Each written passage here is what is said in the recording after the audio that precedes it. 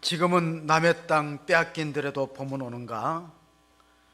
이상하 시인의 일제시대 때 민족 저항시로 우리에게 잘 알려졌습니다. 끝에는 그러나 지금은 들을 빼앗겨 봄조차 빼앗기겠네. 자유를 잃은 땅은 봄도 찾아오지 않는다. 우리가 일상의 자유를 빼앗기고 3년 가까이 우리가 마스크를 쓰면서 힘들게 살아오고 있습니다. 빨리 언제 우리가 일상으로 돌아갈지 기도할 수밖에 없는데, 오늘이 3.1절 기념 예배로 드려지는데 1919년이 기민년입니다. 지금으로부터 103년 전이죠. 우리는 해방의 기쁨을 맞은 지가 이제 불과 77년밖에 되지 않습니다. 그러나 이제 앞으로 우리 민족의 수건이 뭘까요? 우리가 통일된 나라에서 살아야 되는데 지구상의 유일한 분단 국가입니다. 우리가 일제 압제에도 한거했을 때 그때 우리나라 인구가 2천만이 못 됐다고 합니다. 그리고 기독교 인구가 2% 미만이에요. 그런데도 3.1 운동을 주도적으로 했던 것은 기독교 단체였습니다. 33인 우리 기미 독립선언서에 서명한 사람 가운데 16명, 절반이 크리스찬입니다. 그걸 아셔야 됩니다. 거기는 길선주 목사님도 들어있고, 우리가 천도교의 손병희 선생이 맨 앞에 이름이 나왔지만은 그 3.1 운동을 주도했던 분들은 대개 크리스찬들이 많았기 때문에 애국운동인 동시에 신앙심의 발로였다 알 수 있습니다. 많은 사람들이 옥에 투옥되고 만세 부르다가 우리가 유관순 우리 누나처럼 죽임을 당하는 그런 고통스러운 피 흘리는 그런 과거의 역사가 우리에게 기억되는 날입니다. 젊은 부인들이 일본 현병에게 남편이 3.1 운동 만세를 불렀다고 끌려가서 결국 고문당하고 죽었는데 성전에 와서 눈물을 흘리지 않았대요. 왜냐하면 가정의 아픔보다가 조국을 생각하는, 나라를 생각하는 애국심이 더 컸다는 것입니다. 오늘의 문제는 싸우는 것이요, 내일의 문제는 이기는 것이요, 모든 날의 문제는 죽는 것이다. 이거 말한 사람은 프랑스의 문호 빅톨 위거입니다. 그래서 그는 인간에게는 세 가지 싸움이 있다. 첫째는 자연과의 싸움입니다. 어떻게 보면 우리 코로나 오미크론도 자연과의 싸움이에요. 과거에는 우리가 지진이라든가 태풍이라든가 해일 이런 것들 자연재해와 싸워서 인류 문명이 발전했습니다. 과학을 우리가 발달하고 또 의학을 개발해서 이 질병과도 싸우는 것이 자연과의 싸움이에요. 두 번째로는 사람끼리의 싸움이 있습니다. 이게 생존 경쟁이라고 부르죠. 국가와 국가의 대립이 있고 지역 분쟁이 있고 나라 전쟁을 겪어와서 우리가 사람과의 싸움이 있습니다. 자연과의 싸움도 하면 사람과의 싸움이 있고, 마지막 싸움은 뭐냐면 자기 자신과의 싸움이에요. 내 내면 안에 못된 성품, 악한 습관들과 싸우는 그런 내적 갈등을 겪는데, 이 빅톨 위거는 이 세 가지 문제를 가지고 작품을 썼어요. 첫째, 자연과의 싸움은 바다와 노동자, 어부들이 거친 파도를 헤치면서 투쟁하는 모습을 그렸습니다. 두 번째, 인간끼리의 싸움은 93 나이트3라는 작품에서 사람들이 혁명을 일으키고 전쟁을 하는 장면을 묘사했습니다. 마지막, 자신과의 싸움은 우리가 잘 알려진 작품입니다. 레 미제라블. 장발전으로 알려진 것은 자기 내적인 갈등, 원수를 용서할 거냐 사랑할 것이냐, 자기와의 싸움이 그 작품 속에 잘 녹아 있는 것을 볼 수 있습니다. 오늘 본문은 이스라엘 민족이 출애굽에서 이집트에서 해방되어서 가나안 땅, 약속의 땅에 가는 과정에서 첫 번째 전쟁 장면입니다. 그건 아말렉과의 전쟁입니다. 8절 9절을 읽어봅니다. 그때 아말렉이 와서 이스라엘과 르비딤에서 싸우니라. 모세가 여호수아에게 이르되 우리를 위하여 사람들을 택하여 나가서 아말렉과 싸우라.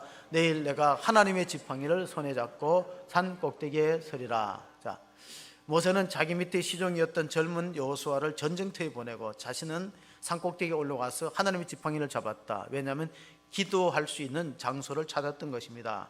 이 전쟁은 현장에 나가서 싸우는 것도 중요하지만은 배후의 기도의 힘이 없이는 하나님이 승리를 주지 못한다는 믿음으로 올라갔던 것입니다. 올라가서 어떻게 기도했습니까? 10절 11절의 말씀을 보시면은 여호수아가 모세의 말대로 향하여 아말렉과 싸우고 모세가 아론과 훌은 올라가서 모세가 손을 들면 이스라엘이 이기고 손을 내리면 아말렉이 이기더니, 자, 전력이 비슷했다는 거예요. 모세가 손을 들었을 때는 이스라엘 군대가 이겼고 모세가 팔이 땅으로 쳐지면은 아말렉 군대가 이겼다는 것입니다.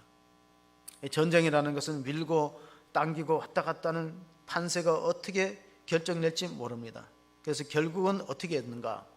우리가 12절에 보면은 결국 모세가 팔이 피고 모세의 팔이 피곤함에 그들이 돌을 가져다가 모세의 아래에 놓아 그가 그 위에 앉게 하고 아론과 홀이 한 사람은 이쪽에서 한 사람은 저쪽에서 모세의 손을 붙들어 올렸더니 그 손이 해가 지도록 내려오지 아니한지라. 자, 팔을 들었을 때 이스라엘 군대가 이기니까 결국은 팔을 계속 들어야 되는데 지쳐서 팔이 내려오니까 양쪽에서 부축해서 들어 올렸다는 것입니다. 자, 아론은 누구입니까? 아론은 모세의 형이라는 걸 잘 알아요. 아론은.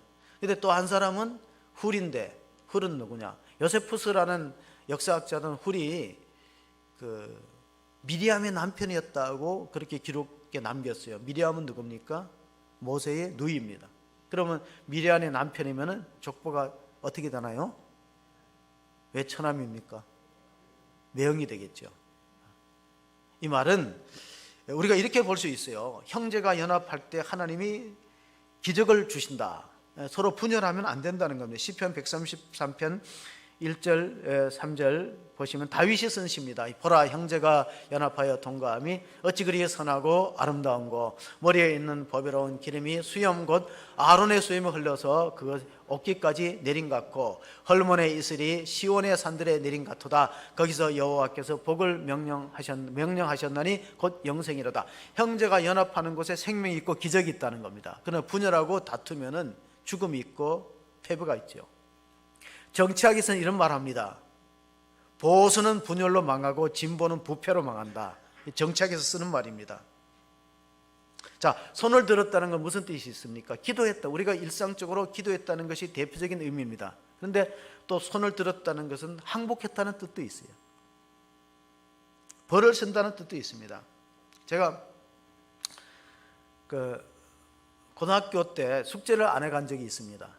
선생님이 계속 하라 그랬는데도 괜히 그 이유 없는 반항 때문에, 반항심 때문에 안 했다가 혼이 났어요. 수업 시간에 이렇게 학생들이 앉아서 공부하는데 오늘 또 숙제를 안 나왔다니까 선생님이 나오라 그러더니 나 혼자 책상을 들으라는 거예요. 그때 책상이 어떻게 됐냐면요, 이 테두리가 철판으로 이렇게 돼 있어요. 그리고 가운데 판자를 놓는, 그래서 상당히 무거울 거예요. 한번 들어보셨습니까? 못 들죠. 조금만 들으면 팔이 저려서 창피하게 하고 친구들이 다 수업하는데 나와서 교탁 옆에서 들고 있었어요. 그래갖고 무거우니까 어떻게 합니까? 선생님 안 볼 때 머리에다 얹어야지. 예. 그러면 이제 견딜만 해요. 머리에다 딱 얹으면 머리도 아프지만 견디니까 선생님이 수업하다가 돌아보더니 똑바로 못 들어! 그래서 제가 혼났습니다. 이유 없는 반항 때문에. 그때 왜 그렇게 했는지. 이유 없는 반항이라는 영화 혹시 보셨습니까? 거기 이제 제임스 딘이라는 그 주인공이 나옵니다. 제임스 딘은 그 당시에 우리 10대 학생들한테는 상당히 우상이었어요. 청바지 문화가 있어가지고. 그는 자동차 사고로 세상을 떠났어요. 근데 그가 남긴 작품이 몇 가지 있는데 에덴의 동쪽, 이유 없는 반항, 자이언트, 그 중에서 하나 정도는 보셨을 거예요. 그 주인공이 제임스 딘입니다. 청춘의 우상이었고 청바지 입었던 그 사람이 그가 출연했던 이유 없는 반항에 보면은 1950년대 미국에서 유행했던 게임이 나오는데 그게 바로 치킨 게임입니다. 치킨 게임은 뭐냐면은 두 젊은이들끼리 양쪽에서 마주보고 자동차를 운전하는 거예요. 그래서 계속해서 질주하다 보면 둘 다 죽는 거죠. 그게 치킨 게임이에요. 서로 양보 없이 서로 중앙을 향해서 자동차를 세게 밟아서 달리다가 마주 충돌해서 죽는 것이 치킨 게임인데, 왜 치킨 게임이라는 별명을 붙였냐면은 치킨이란 말이 우리가 닭이란 뜻도 있지만 겁쟁이란 뜻도 있대요. 그럼 어떻게 하면 사냐면은 한 사람이 핸들을 틀면 살아요. 그럼 지는 거예요. 아니면 둘 다 핸들을 틀어버리면 살죠. 그래서 우크라이나 사태가 있기 전에 이건 미국과 러시아의 치킨 게임이라고 그랬어요. 미국과 러시아 누가 양보하느냐. 결국 현재로 보면 미국이 핸들을 꺾은 거예요. 핸들을 꺾어서 지금 우크라이나가 당하는 거죠. 미국 사회에서 가장 재력이 있는 사람들은 거의 다 유대인들입니다. 미국이 서부 개척 시대에 캘리포니아에 황금이 있다는 소식을 듣고 노다지, 황금을 캐러 많은 사람들이 왔는데 이미 아마 유대인들이 거기서 시장을 형성하고 점령했어요. 그래서 그때 마차가 유행하기 때문에 마차의 그 지붕의 천이 두꺼운 천입니다. 마차. 근데 그걸 납품을 하는 거 유대인들이 납품했는데 보니까 비가 새니까 이거를 환불해 달라 그랬어요. 그러니까 유대인들이 환불할 돈은 없고 차라리 그냥 광산에서 일하는 사람들이 바지를 보니까 낡았으니까 우리가 이 텐트 그 마차의 두꺼운 천을 가지고 바지를 만들어 주겠다. 그게 청바지의 유래입니다. 청바지는 파란색으로 염료를 썼는데 왜냐하면 독사들이 그 색깔을 싫어한대요. 독사들이. 그래서 원래는 이 마차에 얹었던 지붕의 천이 그렇게 두꺼웠는데 그걸 가지고 만들었던 것이 히트가 된 거예요. 그러니까 우리가 환경이 힘들고 어렵다고 해갖고 포기하지 말고 생명이 얼마나 강인하고 끈질깁니까? 그 이어령 교수님이 쓴 책 가운데 생명의 자본이라는 책이 있어요. 제가 어저께도 과거에 읽었던 책을 한번 쭉 훑어봤어요. 생명이 자본이다. 생명이 자본인 거예요. 거기 보면 이런 얘기가 나옵니다. 2010년경에 일본에 태풍이 크게 불어갖고 사과 농사를 하는 사람들이 사과들이 다 낙과가 됐어요. 그리고 남아있는 사과도 멍이 듭니다. 이렇게 그래서 모든 농민들이 낙담을 했어요. 1년 농사가 사과를 출하해갖고 그걸 이제 팔아갖고 생계를 유지하는데 태풍이 불어갖고 90% 이상 떨어졌으니까 절망하고 있을 때 마을에서 대책회의를 해봐도 뾰족한 방법이 없어요. 그랬더니 한 분이 이렇게 말합니다. 우리가 왜 떨어진 것만 자꾸 주목하느냐. 남아있는 것을 좀 관심을 갖자.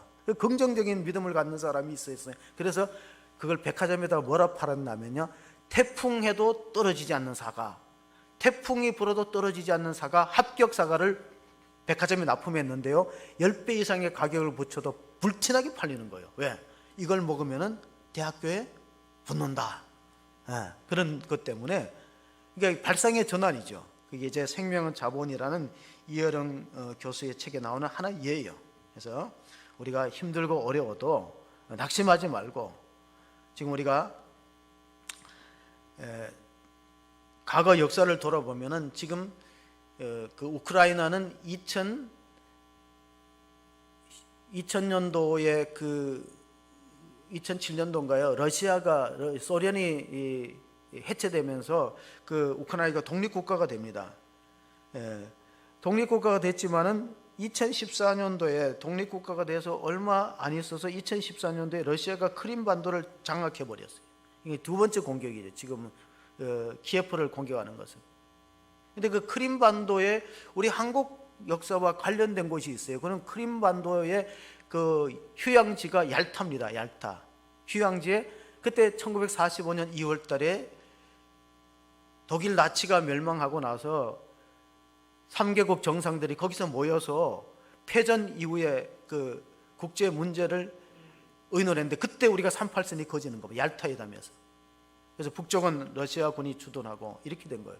이게 크림반도, 우크라이나 남단에 있는 따뜻한 지역 크림반도의 휴양도시 얄타에서 루즈벨트와 윈스턴 처칠과 스탈린이 모여서 한반도 문제를 의논했다는 거예요. 우리한테는 뼈아픈 역사에 기억이 있는 장소죠. 자, 이것이 우크라이나가 우리한테 어떤 영향을 미칠까? 제가 이제 뭐 전에도 한번 잠깐 언급했지만은요, 우크라이나는 2014년도에 러시아가 갖고 있던 핵 1,400개를 다 폐기했어요. 폐기하고 대신 미국과 러시아에서 안전보장을 좀 지켜달라. 그렇게 해서 결국 이런 사태를 맞았기 때문에 저는 북한이 이런 생각을 가질 거예요. 절대 핵을 포기해서는 안 된다. 더 완강하게 고집할 거예요. 왜? 우크라이나를 봐라. 핵을 내려놨더니 저렇게 당하지 않느냐. 그러니까 한반도 평화에 상당한 적신호가 우리가 켜졌다는 걸 인식해야 됩니다. 그럼 앞으로 우리가 어떻게 해야 될 것이냐. 우리는 정말 이 동맹이 굉장히 중요합니다. 지금 우크라이나가 왜 침략을 당했냐면 나토에 가입하려거든요. 북대서양 조약기구에. 그러니까 북대서양 조약기구의 어떤 방위체제 안에 보호를 받고 가입하는데 러시아는 그걸 인정 안 하는 거죠. 이승만 대통령이 잘한 것 중에 하나가 뭐냐면은 미국을 어떻게든 끌고 갖고 한미 수호 동맹을 맺었어요. 그러니까 6.25 전쟁이 일어나도 이제 유엔군을 파송하거나 미군이 올 수 있는 여지가 있지. 만약에 우리가 종전이 돼갖고 미군이 주둔할 명분이 없으면요, 이제 철수해야 되겠죠. 그렇기 때문에 이제 이 군사력의 불균형이 일어납니다. 핵을 가진 자와 못 가진 불균형이 일어나기 때문에 우리가 정말 나라를 위해서 많이 기도해야 되는 그러한, 우리가 동맹과 자력적으로 힘을 갖고 있지 않으면, 그러면 언제 기습을 당할지. 여러분, 강도들이 내가 언제 어느 시점에 쳐들어간다고 예고하는 경우가 있습니까? 강도는 그냥 도적같이 닥치는 거예요. 어느 집안에 권총을 든 강도가 들어왔다는 거예요. 들어와서 주인이 잠드는 걸 깨웠어요. 깨워가지고 꼼짝 말고 손들어. 문맥상으로는 꼼짝 말고 손들어면 안 됩니다. 손들고 꼼짝 말아 해야 맞는 거지. 어쨌든 손들어 그러는데 이 사람이 이렇게 드는 거예요. 한 손을. 그러니까 오른손도 맞아 들어 그랬더니 오른손 잘 못 들어. 왼손만 계속 쳐드는 거야. 왜 양손 들어니까 안 들어? 그러니까 오른손은 신경통 때문에 안 올라간다 그랬어요. 그랬더니 강도가 갑자기 총을 내려놓더니 어떻게 아프냐고 물어보는 거예요. 자기도 신경통 때문에 일을 못해갖고 이 짓을 하고 있는데 둘이 얘기하는 거예요. 신경통에 어떤 약이 좋고 어떻게 치료가 있고. 그러니까 훔칠 생각을 안 하고 신경통에 대해서 계속 서로 얘기하다가 날이 밝아지니까 개면쩍게 헤어졌다는 이야기가 오 헨리라는 단편작가, 미국의 단편작가 오 헨리의 강도와 신경통이라는 그런 소설에 나오는 내용이에요. 왜냐하면 공감대가 형성되잖아요. 나도 아픈데 당신도 아픕니까? 그걸 동병상련이라고 불러요. 이게 동맹이라는 게 그렇게 중요한 거예요. 예수님은 우리 왜 육신을 입고 이 땅에 오셨는가? 예수님도 우리와 똑같이 몸을 가져봐야, 육체를 가져봐야 배고픔의 고통, 배신의 고통, 또 십자가의 고통을 느끼지. 만약에 하나님처럼 영으로만 계시면 우리의 사정을 알겠습니까? 그래서 마태복음 9장 35절 36절을 읽어보시면 예수께서 모든 도시와 마을에 두루 다니사 그들의 해당에서 가르치시며 천국복음을 전파하시며 모든 병과 모든 약한 것을 고치시니라. 무리를 보시고 불쌍히 여기시니 이는 그들이 목자 없는 양과 같이 고생하며 기진함이라. 목자는 지도자입니다. 그런데 지도자는 있었어요. 그런데 백성을 생각하지 않는다는 거예요. 사리 사욕을 채우기만 급급하고 백성들이 로마로부터 수탈당하고 압제당하는 것에 대해서 신경을 쓰지 않았다는 거예요. 자기의 자리만을 지키려고 애를 썼지, 백성들이 아프면은 그들이 정말 희생하거나 헌신하는 모습을 보이지 않기 때문에 예수님이 무리를 보시고 목자 없는 양과 같이 불쌍히 여기시면서 세 가지를 사역에 하셨어요. 예수님의 공생의 3년 동안에 세 가지 사역의 중심은 가르치시고, 가르쳐야 되는 거예요. 티칭. 우리가 교육이 그만큼 중요하다는 겁니다. 국민들의 의식을 깨우고 가르치는 거. 그 다음에 천국복음을 전파하시는 프리칭. 세 번째는 모든 약한 것과 병든 것을 고치시는 힐링 미니스트리, 힐링 사역이 예수님의 공생의 주된 사역입니다. 자, 어떤 지도자가 예수님이 원하는 지도자였을까요? 요한복음 10장 11절 12절에 보면은 나는 선한 목자라. 선한 목자는 양들을 위하여 목숨을 버리거니와 삭고는 목자가 아니요 양도 제 양이 아니라. 이리가 오는 것을 보면 양을 버리고 달아나나니 이리가 양을 물어가고 또 해치느냐. 그러니까 삭골인지 선한 목자인지는 평화시는 몰라요. 공동체 위기를 닥쳐봐야 그가 정말 지도자인지를 알 수 있는 거예요. 위험이 닥치면 몸을 사리고 달아나는 사람이 있어요. 그러나 위험이 있으면 내가 뛰어들어갔고, 제가 그 우크라이나 사태를 보면서 참 마음 아픈 게 뭐냐면, 이제 크림반도를 통해서 키예프를 진격하는 것이 러시아 군대인데 한 병사가 다리를 폭파시킵니다. 왜냐하면 진격 속도를 늦추기 위해서는 다리를 부셔야 되는 겁니다. 근데 다리를 폭파하면 자기가 피할 길이 없어요. 다리에 폭발을 장치를 장치하면 자기가 도망 나올 시간이 없다는 거예요. 자폭했습니다. 내가 죽더라도 다리를 끊어 놓아서 러시아 군대가 오는 것을 지연시키면 우리가 방어할 수 있다. 그래서 뉴스를 보면 그런 안타까운 그 사람은 병사이지만 지도자예요. 교회도 마찬가지. 교회가 위험하면 발을 빼는 사람이 있어요. 선한 목자는 양을 위해서 목숨을 버리는 자다. 우리가 왜 모세와 아론처럼 훌처럼 기도해야 되는가? 디모데서에 보면 사도 바울이 믿음의 아들 디모데에게 그러므로 첫째로 고난의 모든 사람의 간구와 기도와 도구와 감사를 하고 임금들과 높은 지위에 있는 자들을 위해서 기도하라 그랬어요. 왜 우리가 정치가들과 높은 지위에 있는 사람을 위해서 기도해야 되냐면, 그래야 우리가 신앙생활을 자유롭게 하고 경건생활을 단정함으로 고요하고 평안한 생활을 할 수 있는 거예요. 만약 지도자가 오판을 하면, 잘못 결정하면 백성들이 고통당하는 거예요.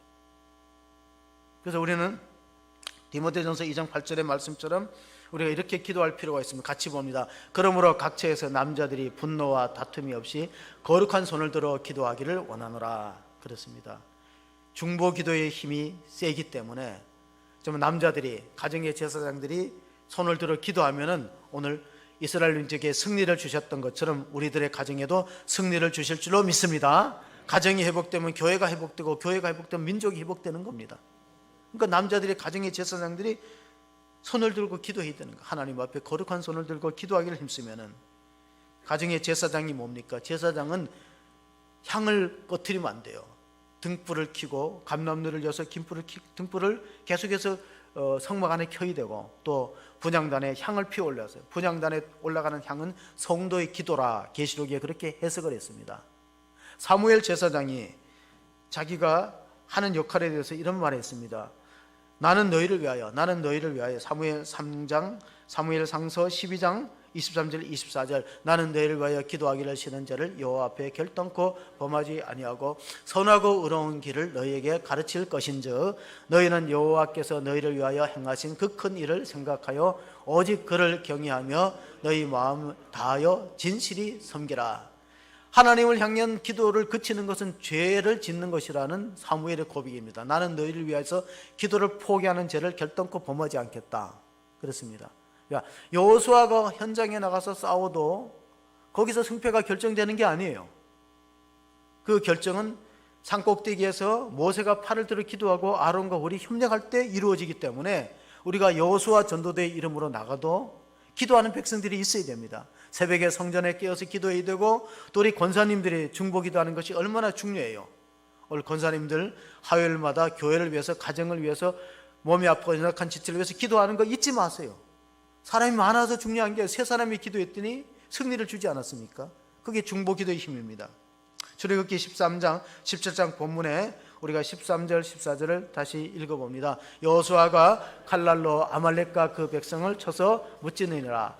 여호와께서 모세에게 이르시되 이것을 책에 기록하여 기념하게 하고 여호수아의 귀에 외워 들리라. 내가 아말렉을 없애하여 천하에서 기억도 못하게 하리라. 자, 아말렉은 어떤 사람이냐면요, 우리가 쌍둥이, 야곱과 에서가 쌍둥이잖아요. 근데 야곱은 하나님의 택한 백성으로서 영적인 생활을 하고, 에서는 육적인 생활을 하는 사람이에요. 이 분리가 됩니다. 쌍둥이지만 운명이 다르고 국가가 달라집니다. 에서는 에돔 족속을 형성해서 지금 요르단 쪽에 있는 지형이 바로 거기에요. 이스라엘과 대칭되는 나라가 요르단인데, 요르단을 조상을 거슬러 가면 다 에서의 후예고, 아말렉은 에서의 손자입니다. 호전성이 강합니다. 전쟁을 좋아하고, 이스라엘 민족이 출애굽해서 행군하고 갈 때 후미를 칩니다. 비겁합니다. 후미에는 여성들과 어린아이가 있는데 거기를 쳐요. 그러니까 하나님이 아말렉을 자취를 감추게 한다는 거예요. 여러분, 우리에게 아말렉이 누굽니까? 잘 생각해 보세요. 동족입니다. 호전성이 강합니다. 근데 우리가 기도하면 아말렉을 하나님께서 대신 싸워주겠다는 거예요. 우리가 싸우는 게 아말렉과 대신 싸우겠다는 거예요. 6.25 전쟁이 일어났을 때 최근에 보도에 의하면요, 보세요, 9월 달에 인천 상륙 작전이 있었는데 8월 달에 어떤 일이 있었는 걸 아셔야 돼요. 8월 달에 피난 온 부산의 초량교회가 피난민들하고 목회자들이 모였어요. 우리가 금식하고 기도하자, 우리 죄를 회개하자. 6월 달에 전쟁이 일어나고 계속해서 파죽지서로 밀려와갖고 소련제 탱크를 앞세고 밀려오니까 부산까지 피난 왔어요. 부산의 교회에서 모여서 정말 합심하게 기도했다는 거예요. 하나님, 우리가 여기서 더 물러나면은, 부산에서 더 물러나면은 현해탄에 가서 빠져 죽을 수밖에 없는데 하나님이 좀 도와달라고 그렇게 기도해서 9월 달에 인천 상륙 작전이 개시됐는데, 더글래스 메가더가 인천 작전을 할 때요, 보좌관들도 다 반대했어요. 인천은 간만에 차가 커서 성공할 확률이 없다는 거예요. 인천 상륙 작전이 성공할 확률은 찾아보세요. 5,000분의 1이에요. 5,000대 1, 5,000대 1. 500대 1이 아닙니다. 기적적으로 된 거예요. 그 배우의 기도가 있었다는 거예요. 목회자들과 성도들이 정말 기도하면서. 근데 인천 작전으로, 상륙 작전으로 9.28 수복이 이루어졌잖아요. 서울로 돌아왔잖아요. 그리고 나서 퇴각하는 인민군들이 얼마나 많은 사람을 죽였는가. 최근의 보도입니다. 천주 교인들이 한 119명 살해되었고 기독교인들이 한 1026명, 1200명까지 살해됐어요. 저 전북 김제에 있는, 또 영광에 있는 야월교회라든가 이런 데 보면은 뭐 삭과 곡괭이로 죽이고 생매장하고 바다에다가 무거운 돌을 달아서 수장했어요. 우리가 제자반에서 졸업여행으로 거기를 갔거든요. 영광이라든가 김제 같은 데 가보면은 공산당들이 얼마나 기독교인들과 교회를 없애느냐 지령이 있습니다. 퇴각하면서 그들이 후퇴하면서 공산당 지령이 뭐냐면은 크리스찬들은 불순분자다, 크리스찬들은 반동이다, 최대한 교회를 불지르고 죽이고 올라오라 지령입니다. 그래서 그렇게 많은 사람을 죽였어요. 그럼 우리가 크리스찬들이 똑바로 정신 차려야 됩니다. 공산주의와 기독교는 양립할 수 없다는 거, 그걸 아시고 정말 우리가 그 함석헌 선생이 그 뜻으로 본 한국 역사라는 책을 썼어요. 원래 이 책의 제목이 성서로 본 조선 역사인데 조금 너무 좀 색깔이 그쪽 방향이라 그래서 뜻으로 본 한국 역사로 바꿨어요. 쓰다 말고 울지 않으면 안 되는 역사, 울다가 눈물을 닦고 쓰지 않으면 안 되는 역사가 우리나라 역사다. 괴테를 몰라도 섹스피어를 몰라도 우리 역사를 알아야 된다. 자, 우리가 3월 9일 대선을 위해서도 기도하고 6월 1일 날 지방자치단체와 교육감을 선출합니다. 이게 중요합니다. 왜냐하면 교육감이 누구가 되느냐에 따라서 교과서 선택이 달라집니다. 우리 아이들에게 똑바른 역사를 가르쳐야 돼요. 바른 역사를. 왜곡된 역사를 가르치면 안 되는 거예요.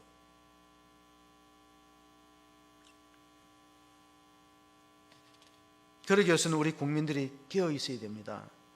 엘빈 토플라는 미래학자가 앞으로 그 태평양 시대에는 동북아시아에 쌀을 주식으로 먹는 나라가 지배할 것이다 하는 그 예언을 내놓았어요. 그럼 동북아시아에 쌀을 주식으로 먹는 나라는 한국과 중국과 일본이에요.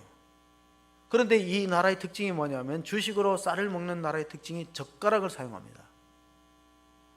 젓가락을 사용하는 민족이 손이 정교해서 나노 기술을 만드는 데 적합하다는 거예요. 나노 테크놀로지라는 말은 작게 만드는 기술인데, 나노는 뭐냐면 머리카락 하나, 성인 머리카락 하나의 10만 분의 1이 나노예요.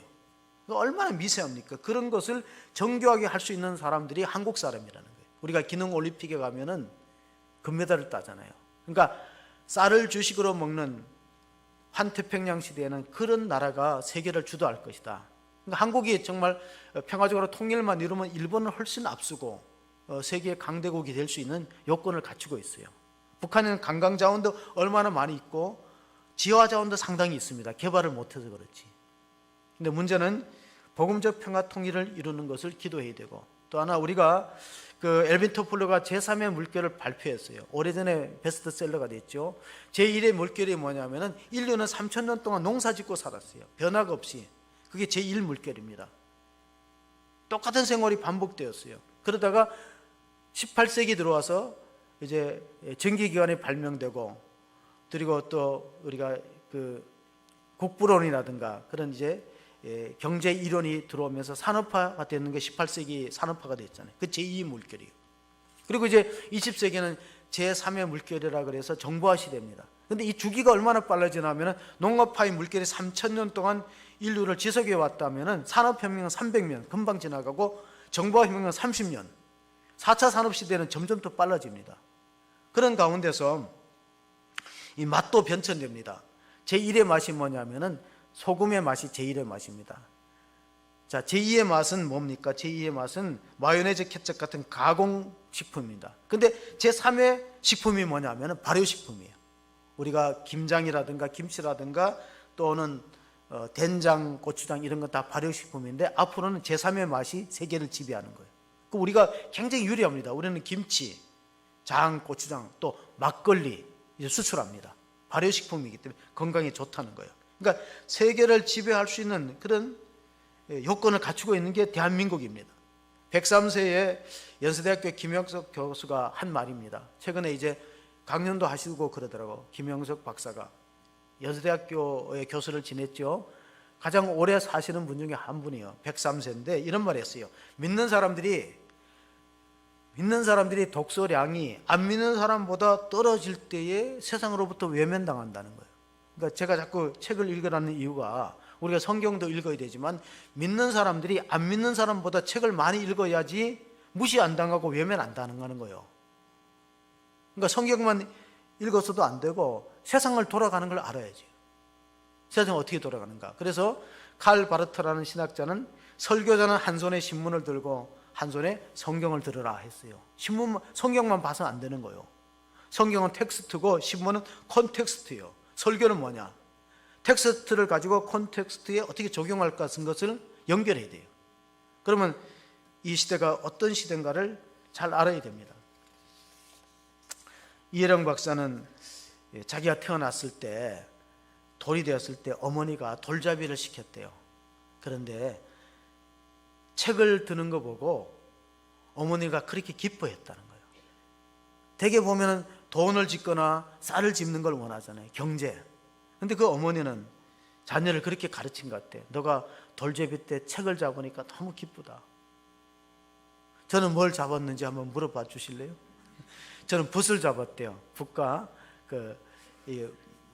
먹 있잖아요. 새까만 거, 벼루에다 가는 먹을 잡아서 그걸 제가 어떻게 기억하냐면 저는 기억을 못해요. 어머니가 너가 돌 때 그걸 잡았다, 그런 얘기를 하더라고요. 그래서 뭐 내가 잡았는지 뭘 잡았는지 저는 기억이 안 나는데, 되게 좀 아버지들은 뭐 실을 잡아서 오래 살거나 건강하거나 돈을 잡는 걸 원하죠. 근데 어머니는 그런 얘기를 자녀들에게 해주는 거예요. 오늘 본문으로 다시 돌아옵니다. 우리가 왜 기도해야 되고 우리가 왜 하나님을 믿어야 되는가? MBC에 부사장까지 올랐던 앵커가 있어요. 뉴스 앵커가. 이분이 미국 특파원으로 갔을 때 가족들을 데리고 왔습니다. 미국 특파원 생활을 오래 하니까 가족들을 데리고 왔는데, 미국에서는 골프를 아주 일상으로 칩니다. 대중화되어서. 그러니까 미국에다가 아내를 혼자 심심하게 놔두고 혼자 골프장에 가는 미안했어요. 결혼할 때 어떻게 약속했냐면 아내가 여보 나랑 결혼하면 교회를 나가야 돼. 대다수의 남자들이 결혼하기 위해서 그러자 하고 약속을 하는데, 결혼을 막상 하니까 자기가 안 나가는 건 물론이요, 매일 술만 마시고 자기가 안 나가는 건 물론이요, 아내가 교회 나가는 것도 못 가겠어요. 그러다 미국에 특파원으로 가니까 자기는 매일 주말 되면 골프를 치고 아내는 집에 혼자 있으니까 미안했든지 너 교회 나가도 된다고 해서 한인교회를 나가요. 한인교회를 나와서 미국 특파원 생활이 끝나고 우리나라에 돌아왔는데, 우리나라에 돌아와서도 계속 열심히 나가는 거예요. 은혜 받고. 자, 자기가 나가라고 해놓고 못 나가게 할 수도 없고 걱정이 되는 거예요. 아내는 저혈압이기 때문에 새벽에 못 일어나는데 새벽 기도를 가는 거예요. 그러니까 화가 난 거예요. 아니, 저혈압인데 새벽에 일찍 일어나면 안 되는데 도대체 왜 교회를 가냐면서 자기 몰래 추적해서 뒤따라갑니다. 가보니까 가관도 아니에요. 큰 교회도 아니고 2층 교회 가는데 뭐 새벽에 뭐 통성기도하고 울고 뭐 이렇게 부르짖는 걸 보고 미친 사람들 아니냐. 자기는 철저한 불교 신자이기 때문에. 그래갖고 하루 이틀 나가다가 안 되겠다, 이거 PD 수첩에다가 내가 이걸 찍어갖고 올려야 되겠다. PD 수첩에, MBC. 그런데 나흘째 나가다가 사달이 났어요. 4일째. 찬송을 부르는데 철저한 불교 신자고 교회를 안 다니는 사람이에요. 너 예수께 나가, 너 예수께 조용히 나가, 내 모든 짐 내려놓고 주 십자가 사랑을 믿어 제사함을 받아라. 눈물이 흐르는 거예요. 이분이 자기가 간증하는데, 나는 은혜 받을 생각도 없고 아내를 교회에서 구출하고 빼내려고 갔는데 새벽 기도에 염탐하러 갔다가 나흘째 찬송을 부르는데 눈물이 흐르는, 이게 무슨 현상일까? 왜 내가 눈물을 흘리지? 성경을 5번 읽었대요. 그래서 느낀 게 뭐냐면은, 기독교가 종교라면 자기는 불교 신자로 있지 절대 교회 안 나간대. 기독교는 종교가 아니고 생명이다. 기독교는 부활이다, 생명이다, 메타닐리전이다. 그분의 말에 의하면 메타닐리전. 닐리전이 종교건 종교 이상이라는 거예요. 생명. 기독교는 생명을 주는 거니까. 그래서 불교 신자에서 기독교 신자로 바뀌고, 너무 은혜를 받아갖고 신학을 하니까 권사였던 부인이 말렸대요. 여보 어지간히 믿으라고. 이제 반대가 됐어. 그렇게가 잘 게 있느냐고. 그래서 교회를 개척해서 베이직 교회라고. 팔로우들이, 우리나라에 팔로우들이 엄청나게 많고 책도 많이 썼어요. 조정민 목사, MBC 앵커, 엄경 MBC 앵커랑 같은 위치에 있던 사람인데 이렇게 달라진 거예요. 여러분, 축복이라는 것이 무릎에서 어원이 같습니다. 히브리어로 바라크가 축복인데 그 무릎이란 것이에요. 무릎을 굽힐 때, 하나님께 손을 들고 항복할 때 행복이 찾아옵니다. 자, 모세가 손을 들었다는 것은 기도했다는 뜻도 있지만 하나님께 항복했다는 의미가 있어요. 무릎을 꿇을 때 복이 오는 거예요. 시편 95편 6절 7절을 보시면은 이런 말씀이 있습니다. 오라, 우리가 굽혀 경배하여 우리를 지으신 여호와께 무릎을 꿇자. 그는 우리의 하나님이시여 우리는 그가 기르시는 백성이며 그의 손이 돌보시는 양이기 때문이라. 너희가 오늘 그의 음성 듣거든. 하나님의 음성이 뭐냐? 하나님의 말씀이죠. 그래서 오늘 이 르비딤 강야는 이제 호렙산과 가깝고 미디안 강야에서 조금 떨어진 신강야에서 시내산 가는 중간 위치가 아마 르비딤 강야입니다. 이 광야라는 말이 히브리 말로 미드바르인데 미드바르가 또 말씀이란 말과 어원이 같아요. 왜 그럴까요? 광야에 들어가면 볼 게 별로 없어요. 풀도 없고 사막지대입니다. 거기에 하나님 음성이 들려오는 거예요. 우리가 지금 코로나에서 얼마나 어렵고 힘듭니까? 오늘 또 우리 자영업자들, 기업 하시는 분들을 위해서 대표기도 하셨는데요. 이 C.S. 루이스가 한 말이 있어요. 우리가 환경이 좋을 때는 하나님이 작은 소리로 속삭이지만 환경이 힘들고 고통스러울 때는 큰 소리로 외친다. 고난은 하나님의 메가폰이다. 왜 우리에게 광야와 같은 시련과 고난이 있나면 하나님 말씀에 귀를 안 기울입니다. 그냥 건성으로 들어요. 설교도 건성으로 듣고 성경도 건성으로 읽어요. 그러니까 하나님이 말씀이 크게 들리기 위해서는 광야에 서야 됩니다. 고통의 현장 속에 있어야 됩니다. 자유를 잃어버린 사람들이 자유의 소중함을 알고 건강을 빼앗긴 사람들이 건강의 중요함을 알아요. 신앙생활을 자유롭게 못할 때 신앙의 소중함을 알게 되는 것이기 때문에 우리 안에도 세 가지 아말렉이 있어요. 우리 안에 있는 아말렉이 뭘까? 한국교회 아말렉이 뭘까? 그 세 가지를 말씀. 첫째는 종교다원주의입니다. 우리가 차별금지법도 그래서 우리가 반대하는 거예요. 종교다원주의. 종교다원주의는 뭡니까? 뭐 기독교에만 구원이 있는가? 타 종교도 구원이 있다. 이슬람을 믿어도 불교를 믿어도 그런 진리의 절대성을 인정하지 않고 하나님의 구원의 절대성을 인정하지 않습니다. 사도행전 4장 12절을 보시면은 다른 이로서는 구원을 받을 수 없나니 천하 사람 중에 구원을 받을 만한 다른 이름이 우리에게 주신 일이 없음이라 하였더라. 이게 종교다원주의를 배격하는 말씀입니다. 자, 두 번째 우리에게 아말렉이 뭘까요? 첫 번째 아말렉은 종교다원주의라면 두 번째 아말렉은 물질만능주의. 우리 현대는 물질의 모든 것을 지배하는 시대가 되었어요. 갓이 중요한 게 아니라 골드가 중요한 시대로 바뀌고 말았습니다. 디모데전서 3장 1절 2절 보시면 미쁘다 이 말이여 사람이 감독의 직분을 얻으려 함은 선한 일을 사모하는 것이미로다. 자, 그러므로 감독은 책망할 것이 없으며 한 아내의 남편이 되며 절제하며 신중하며 단정하며 나그네 대접하게 가르치기를 잘하고. 자, 우리가 가정의 가치관을 세울 때 물질 중심으로 세우면 어떻게 될까요? 그러면은 돈을 사랑하고 쾌락을 사랑하고 배신하고 조급하고 하나님보다가 경건의 모양은 있지만은 부모를 거역하고 감사치 못하고 이런 후대를 만들 수밖에 없습니다. 마지막으로 우리가 싸워야 될 그러한 아말렉은 우리 안에 있는 자기를 숭배하는 사조입니다. 골로새서 3장 5절에 바울이 말했습니다. 그러므로 땅에 있는 지체를 죽이라. 그 음란과 부정과 사욕과 악한 정욕과 탐심이니 탐심은 우상 숭배니라. 그렇습니다. 지금도 가장 많은 신자를 갖고 있는 것이 자기 숭배교입니다. 자기가 왕이 되는 거예요. 사사기 시대의 비극이 뭡니까? 사사기 시대는 왕이 없으므로 자기가 소견에 오른다라는 거예요. 예수를 믿으면서 다 자기 중심으로 살아가는 것이 아말렉인 겁니다. 내 안에 아말렉을 잡지 못하면 신앙생활이 성장하지 않습니다. 자기가 왕이 되어 있어요. 자기가 모든 것을 판단하고 결정합니다.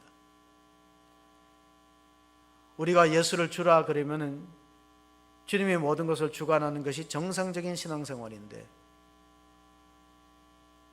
예수님은 종이 되고 우리가 왕이 되고 우리가 주인 되고 하나님 우리가 부리려고 하니 그것이 아말렉이 아닙니까? 우리 안에 있는 아말렉. 그걸 잡지 않으면은 우리가 영적 생활에서 이길 수가 없습니다. 사도 바울도 그런 고통을 호소했어요. 우리만이 그런 고통이 있는 것이 아니고 갈등이 있는 것이 아닙니다. 성도에게는 그런 갈등이 있어요. 우리 안에 아말렉과 싸우는 갈등이 있는데 로마서 7장 24절 25절에 보면은 오라 나는 공고한 사람이로다 이 사망의 몸에서 누가 나를 건져내랴 우리 주 예수 그리스도로 말미암아 하나님께 감사하리로다 그런즉 내 자신이 마음으로는 하나님의 법을 육신으로는 제 법을 섬기더라. 바울이 이런 고백을 할 때는 신앙의 초년생이 아닙니다. 신앙의 완숙기에 들어있지만 내적인 갈등이 있다는 거예요. 하나님 뜻대로 살 것이냐 자기 주관대로 살 것이냐 육신의 법을 따를 것이냐 하나님 법을 따를 것이냐는 싸움이 있다는 거예요. 그래서 우리가 영적 싸움에서 승리하기 위해서는 하나님의 전신갑주로 무장할 필요가 있습니다. 하나님 전신갑주는 로마 군인들의 복장을 말하는데 에베소서 6장에 보면 잘 나타났습니다. 마귀의 관계를 능히 대적하기 위하여 하나님의 전신갑주를 입으라. 우리의 씨름은 혈과 육을 상대하는 것이 아니요 통치자들과 권세들과 이 어둠의 세상 주관자들과 하늘에 있는 악의 영들을 상대함이라. 그러므로 하나님의 전신갑주가 무엇입니까? 구원의 투구를 쓰셔야 됩니다. 구원의 확신이 있어야 된다는 것. 의의 흥미를 붙여야 됩니다. 우리가 의로워져야 구원받기 때문에 믿음으로 의롭다는 것을 심장 속에 새겨야 되는 것. 진리의 허리띠를 매야 됩니다. 하나님의 말씀으로 허리에 힘을 삼으셔야 됩니다. 그리고 복음에 예비한 신발을 신고 믿음의 방패를 가져서 마귀가 쏘는 불화살을 막아야 됩니다. 그러지 않고는 우리가 질 수밖에 없어요. 하나님의 전신갑주로 무장하지 않으면 마지막 시대에 영적 승리를 할 수 없다는 겁니다. 우리에게 승리를 주시는 주님은 어떤 분입니까? 우리가 골로새 교회를 보면요, 우리 믿는 사람들의 승리는 십자가를 통해서 주어진다는 사실을 약속하고 있습니다. 골로새서 2장 15절에 보면은 통치자들과 권세들을 무력하여 드러내어 구경거리로 삼으시고 십자가로 그들을 이기셨느니라. 십자가 튼튼히 붙들고 날마다 싸우며 이기며 승리하는 성도들이 될 수 있기를 바랍니다. 우리의 승리는 십자가를 통해서 주어지는 것이. 우리가 하나님께 기도하면 하나님이 아말렉을 대신 싸워주겠다고 약속하고 있습니다. 한인 가운데서 미국의 자녀 교육 때문에 미국으로 이민을 갔는데 공부를 얼마나 잘하는지 미국의 수능 시험이 SAT입니다. 만점을 받았어요. 자, 그리고 집안의 재력이 있습니다. 미국에는 대학교 입학하면 부모의 재력을 점검합니다. 이 아이를 계속해서 학비를 대줄 수 있는가? 근데 잘 살아요. 자, SAT에 만점을 받고 부모가 재력이 있어요. 당연히 합격이 되죠. 근데 불합격됐어요. 이유가 뭔지 아세요? 자기 진술서를 다 쓰고 자기의 그 이력서를 쓰는데요, 20살이 가깝도록 한 번도 헌혈한 흔적이 없다는 거예요. 의과대학을 지망했는데 사람의 생명을 다루는 의사가 된다고 의과대학을 지망했는데 성적도 좋고 부모의 배경도 괜찮아요. 자기 피를 뽑아서 환자에게 한 번도 주지 않은 학생을 받을 수 없다고 낙방했어요. 그게 미국이에요. 우리 미국을 만만히 봐서 안 되는 게 뭐냐면, 우리나라는 그런 것 때문에 낙방하면은요, 매스컴이 들고 일어나서 난리가 나죠. 낙방했어요. 사람의 생명을 다루는 사람이 헌혈한 흔적이 없다. 자유는 결코 공짜로 주어지지 않습니다. 영어 이런 속담이 있어요. Freedom is not free. 자유는 공짜가 아니다. 피 흘림으로 온다. 우리 선조들이 이 땅을 피 흘림으로 지켰어요. 우리가 나라를 위해서 기도하고 깨어있고 민족의 회복을 위해서는 다시 한번 기도의 불길이 타올라야 될 줄로 믿습니다. 지금 코로나가 우리의 위기가 아니에요. 성도들이 신앙의 열기가 식은 것이 더 문제라고 저는 봅니다. 그래서 코로나가 생겼을 때 제가 코로나 고르반이라는 설교가 했어요. 이게 뭐냐면은 고르반 제도가 악용되어 갖고 부모 공경 안 합니다. 우리가 하나님께 다 드렸어. 그러니까 고르반 부모를 공경하지 않아요. 효도하지 않는 명분을 고르반 제도를 악용하는 거예요. 코로나가 잘못하면은요, 우리에게 고르반이 될 수 있어요. 하나님을 공경하는 거 의무를 회피해버려요. 그러기 위해서는 다시 한번 한국교회가 나라를 위해서 기도하는 불길이 타오르고 성도들이 공동체를 사랑하고 그리고 합심 기도할 때, 합력할 때 하나님 놀라운 기적과 승리를 주실 줄로 믿습니다. 그런 축복이 있기를 주의 이름으로 축원합니다. 아멘. 하나님 아버지, 오늘은 3.1절 기념 예배로 드립니다. 하나님 아버지, 형제가 연합하여 기도할 때 여호와 니시 승리의 제단을 주었습니다. 하나님 아버지, 아브라함이 이삭을 모리아산에 드릴 때 여호와 이레의 제단의 승리를 주었습니다. 하나님, 예배 없이 영적 승리가 없다는 사실을 깨닫고 제단 앞으로 나와서 하나님 앞에 두 손 들고 기도할 때 하나님, 우리 가정과 우리 교회와 이민족이 회복될 줄로 믿습니다. 다시 한번 한국교회 부흥의 불길이 타오르고 어둠의 권세가 물러나고 기도의 불길을 통해서 복음화되고 예배가 회복되는 놀라운 은혜를 베풀어 주시기를 간절히 소원하고 우리 구주 예수 그리스도의 이름으로 기도합나이다. 아멘.